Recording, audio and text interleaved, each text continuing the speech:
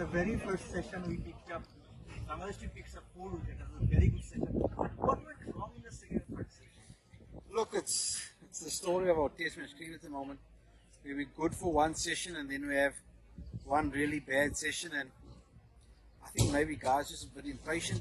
We're not able to string enough tight overs together to build pressure consistently like we did in the first session.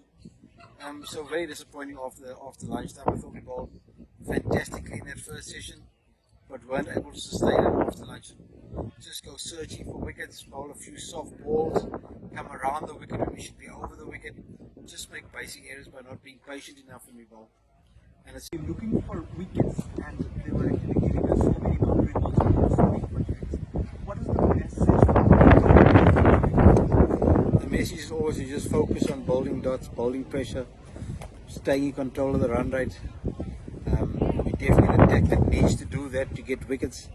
As soon as we go looking for wickets, searching for wickets, we just bowl too many soft balls. So being patient, being disciplined are the sorts of messages we keep trying to emphasize to the team, and at the moment we're not able to do it for long enough periods. We do it for one session, but then not for another session. Then we come back and do it again for a session, then bad for another session. So just not able to sustain it for periods of time. Really good job, and thought we'd rotate the seamers from the one end. That's just decisions captains make on the day on the field. There's no right and there's no wrong in cricket. The captain's got to go with their feet at the moment. Miraj bowled a really good spell this morning, so that's why he kept going with Miraj. Hindsight always a great side, but there's no right and there's no wrong. No, not good enough. Some serious questions with the bat and with the ball at the moment, because it's not a 230 all-out wicket. If it weren't for a 30-run partnership at the end, it would have been 190 all-out. So just not good enough in terms of putting performances together with the bat. And the West Indies are showing us why they're better than us in this format at the moment. They've got a guy who's got 100. They've got a big score line up here because they've managed to build partnerships and withstand the pressure when we have bowled it, and just bat it longer. That's the bottom line. They're just showing us how to do it. Definitely. I mean, look, there's obviously a lot of players searching for form and searching for some runs, and the only way to get through it is to bat for long periods of time. We're getting a lot of 30s, a lot of 40s, odd 50.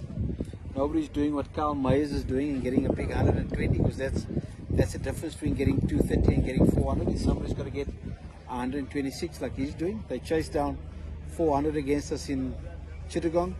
Kyle Myers got 200. We're not getting those scores at the moment, and I mean, they're big lessons for the boys. Test match cricket's hard, and when you're not batting as well as you should, good teams will punish you, and we're being punished at the moment. What they can take? Innings, he played really good, positive cricket. He scored in his areas, kept hitting the ball through the cover, and he stuck to his game plan for as long as possible. There's no doubt he had a little bit of luck. A few things went his way. A couple of nicks over the slip, one or two just wide of slip. But you got to make your own luck. He came out there, played with good intent, good intensity, and put away the bad ball. Yeah. Actually, the whole coaching staff, like you are taking over, so altogether, all the coaching staff, you are working, as I believe, really hard to get these boys into the track. So, coach, what do you feel? What actually is the missing part of the puzzle? Yeah, it's tough to put your hand on it. Look, the West Indies have got a long history and culture of test match cricket. The 80s, 90s, they were the best test side in the world. So they've got that know-how about playing test match cricket. They've got iconic players who've performed well in test match cricket. Until we have those sorts of performances, those